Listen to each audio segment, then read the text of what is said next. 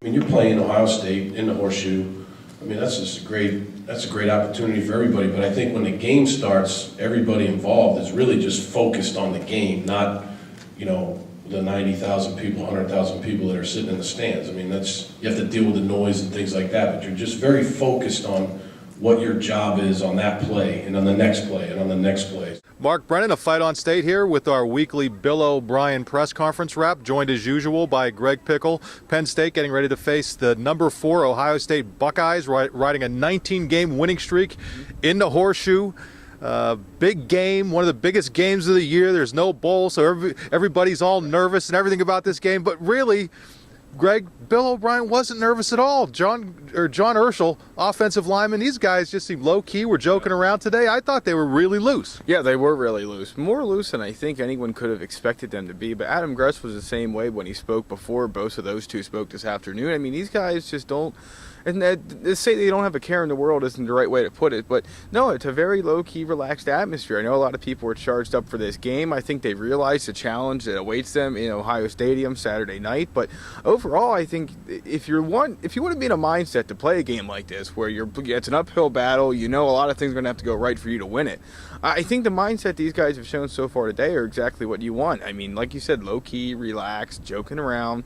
They know what's coming, but I think, they're confident, at least it came off that way today, that they can face those challenges. Whether it works or not is yet to be seen. But, yeah, absolutely. Very low-key, very, confident but quiet and sort of humble about the way they want to go about things. Yeah, but also kind of joking around and good-natured. I mean, he was much looser today than he was after the Indiana game. Now, obviously, they're coming off of a bye and a nice win against Michigan, so maybe that's part of the reason why. But I would obviously think that the win over Michigan, this is still a huge game for Penn State, but had they lost to Michigan, they would have been looking at potentially a 3-game losing streak if they lose at Ohio. Now, all of a sudden, they're kind of playing with house money. This is a game that before the season probably nobody expected them to win. Ohio State clearly the best team in the Big Ten, or seems to be to me. I don't know what everybody else thinks, but seems to me to be the best team in the Big Ten.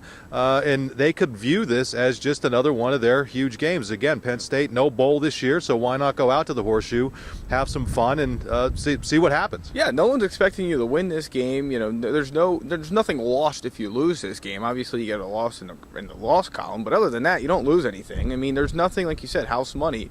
There's nothing that can, other than injuries, that can go wrong in Ohio Stadium. It's really going to set your season back. But like you said, you lose to Michigan, you have a 3-game losing streak.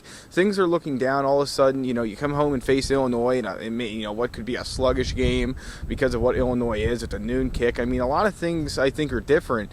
If they don't win that Michigan game, I think it's more of a ho-hum attitude. But now, like you said, it's very good-natured. And if you go out and lose this game, okay. Everyone said you were going to lose this game in August, and everyone still thinks you'll lose this game. There's not, like I said, except for injuries, there's not a whole lot you can lose Saturday night in Columbus. So why take it too seriously? Why not take it and approach it the way they did today? I think it made a lot of sense. Yeah, that's a perfect segue. Speaking of injuries, it seems as if they'll be about as healthy as they've been all year. Ryan Kaiser, who played against Michigan, will play again, and Mike Hull, you would imagine, continues to get better and better. I think he was playing some of his best ball at the end of that Michigan game, linebacker, who they're really going to need this week against a mobile quarterback in Braxton Miller and just a really good offense. So health-wise, Penn State's in about as good a shape as they could be in, and having 2 bye weeks in the last month obviously helps along that line. Yeah, no question about it. I thought the most interesting thing he talked about with injuries was what he didn't say about Ben Klein. He said he wouldn't get into specifics, but that we'd see him this weekend. Obviously, if you don't have to play Ben Klein, it's not a knock on him, but if you don't have to play him, if you can stick with your 3 starters, you're obviously going to want to do that with Obeng potentially sliding up. But I would be curious to see how much Ben Klein plays this weekend, but otherwise, they're healthy. You couldn't ask to be healthier, I don't think, going into this game. Obviously, Ryan Kaiser still will probably have the cast or sling, whatever it was, on his hand. Other than that, they're healthy. He won't be able to hold again, but can't be. I don't think they could be healthier otherwise. Yeah, and in terms of Ben Klein, he really wasn't a guy who was impacting them in the defense, so to speak. He's a guy who does a lot of special teams, so if they are able to get him back completely healthy, he'll really be helpful then. He talked about Deion Barnes. Deion Barnes, I don't know if it's fair to say that he was benched. He didn't start the game against Michigan, defensive end, Big Ten freshman of the year last year, did not start against Michigan. to me, looked like he was more of a situational player. And really, from what Bill O'Brien's saying, the guys who are practicing the best are going to be the ones who start. And he praised Zettel along those lines. Yeah, a lot of semantics, I thought, with that. You're right. I think that he didn't start, but he came in shortly thereafter. It's not like he sat. Yeah, it's not like he sat 2 series, 3 series. He was in, if I'm not mistaken, he came in on 3rd down on the first drive. So, he did play, whether it was benching, whatever you want to call it. I don't think it really makes a huge difference. These guys all play quite a bit. Perhaps Barnes had been playing more than Zettel before, but I think, you weren't taking C.J. Olanian off the field Saturday. And you could argue that Barnes and Zettel sort of were on the same, what they were doing was impacting the game about the same. So when you see those two playing, maybe Zettel a little bit more, maybe about equal, I think it makes sense because, again, maybe you put Zettel in for Olanian in previously, but Saturday you just couldn't take him off the field. He was too good. Yeah, Bill O'Brien was asked about Zach Zwinak, obviously fumbled, had a key fumble in that Michigan game, could have been a game changer, did not see the field afterward. Right. He was not very specific about Zach Zwinak other to say he's practicing well and he thinks he'll bounce back and that sort of thing. I mean, I didn't really read anything. So I think it is going to be interesting to see this weekend if they still go with Zwinak as the primary ball carrier, because he's had fumble issues late last season, a couple of key ones this year, or, Belton's a guy who seemed to pick it up, did some good things in overtime against Michigan. Do you get more looks for him? And I guess the other question, we really didn't ask it today because there was some other things, so much other stuff going on, does Akil Lynch fit into it? But in terms of Zwinak, from my perspective, when you looked at what Iowa was able to do early against Ohio State with that power running game, I really think it's imperative that they get Zwinak in there and then that kid holds on to the football. Yeah, I think it is too. I think you have to go back to him until, if he loses the ball again against Ohio State, especially early, well, then that changes everything. But yeah, Iowa was very good with their big tight ends and their big running backs. And I think that, a combination of him, Belton, perhaps Akil Lynch, I don't know what to read into that anymore. Is it pass blocking? Is it just being young? O'Brien said with Lynch, I bet it's pass blocking. Yeah, I would think that has to be it. O'Brien said a few weeks ago he's still a freshman. I have to think pass blocking is the culprit there. But I think you have to go to Zwinak. I completely agree with you. I think you start Belton, I really do. But you get Zwinak in there early and often, and mix those guys up and see what's working. Bill O'Brien always talks about the hot hand, and he does use it at times. But it feels almost more like a catchphrase than anything else. He kept Belton in, but he had a reason to. Zwinak fumbled, and he wanted to protect the ball late in that game. So it'll be interesting to see what happens. But who knows what's going on with Akil Lynch? That's the ultimate unknown, and quite honestly, he doesn't seem too interested in elaborating on that. Yeah, and that's Bill O'Brien. But I really would think it's a pass protection thing. You have a true freshman quarterback. Obviously, he means an awful lot to this team. I think the last thing you want to do is get him wiped out. Bill O'Brien has said that Hackenberg still has to get better with that internal clock for sensing when a pass rush is coming, and he is definitely going to need that against Noah Spence and company this weekend. And that's another one of the things that was kind of addressed, kind of not addressed today. How do they believe Hackenberg is going to kind of perform in this pressure environment? I asked John Urschel straight out, and he said, well, you would have to ask Christian. Well, I didn't want to ask Christian. I'm asking you as a senior, how do you think the kid's going to perform? And he wanted no part of it. But Bill O'Brien did talk extensively, as he has all season, about how mature this kid's been, about how he learned the offense and just all those things that I would be surprised if he's flustered going into this atmosphere, because he's played here at Beaver Stadium. Obviously, it's different when they're cheering for you than against you.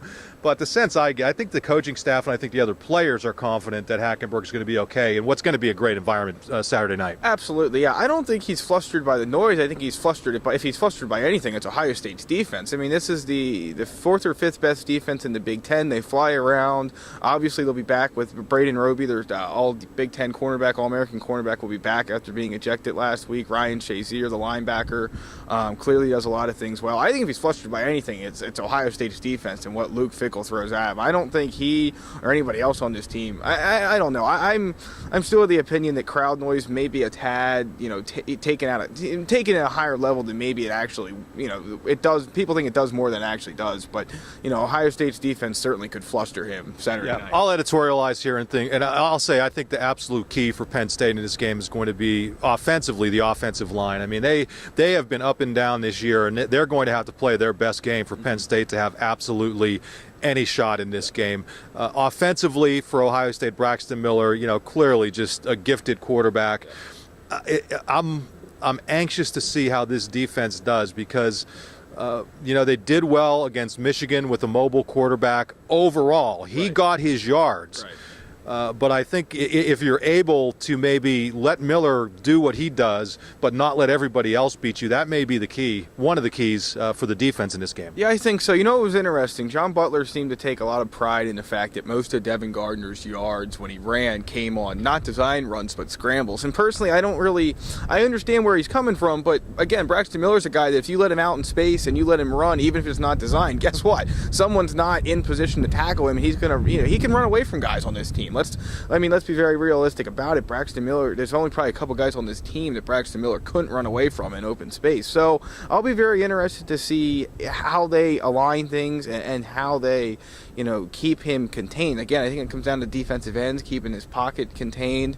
Obviously, they're not the only ones that have to do that. But yeah, I think that, Miller's going to get his. There's no doubt about it. And if you can shut down his receivers, well, the issue, again, you have to tackle Carlos Hyde, which they're running, Ohio State's running back, which Bill O'Brien talked about. But you also have to tackle Braxton Miller in space. Easier said than done sometimes. Yeah, maybe one of the other keys there is when you have your shot at these guys, make sure you make the tackle. That's been an issue at times this year. I know, the defense has been a little defensive about us taking that exception to that, but I do think there have been times when they haven't tackled nearly as well. So I think that's just about everything. Penn State, Bill O'Brien, John Urschel was the only player here today, but both seem to be in a pretty good mood. Greg, it's Tuesday, talked to Adam Gress earlier. He seemed to be, kind of loose and ready to go. So listen, all that's left to do, kick this thing off at 8 o'clock Saturday night and have some fun out at the Horseshoe. You got it. Yeah, no, I think that really at this point, it all comes down to, again, what we talked about, how Penn State stops Braxton Miller. Clearly their offense goes through him. Then the other thing is, how much time does Penn State give its own quarterback to throw? You talked about the offensive line. I couldn't agree with you more. If Christian Hackenberg has 2-3 seconds to throw on a majority of these series, you get a couple false starts. I think that's important too. We've seen scrimmage penalties here at home, false starts, and now you're going into an environment where they really, are going to mess with your timing, and that's one of the things the crowd does play a factor in. So I'm interested to see how many scrimmage penalties this offensive line has. It's about blocking, yeah, but if you get too many false starts and too many, 2nd and 15s, 3rd and 20s, it's no good. It's just simply no good against this defense.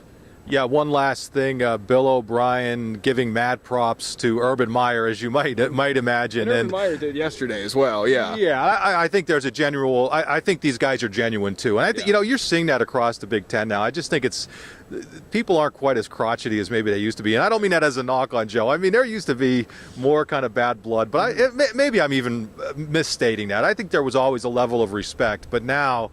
I think these guys, you have kind of a younger generation of coaches coming through, and you're seeing, between Hoke and O'Brien and Fitzgerald and, all these different coaches. I think there is a genuine level of respect. So anyway, we're going to wrap it up with that. We will be here next week as usual, even though I said that for the bye weeks. I was lying to you. We did not show up.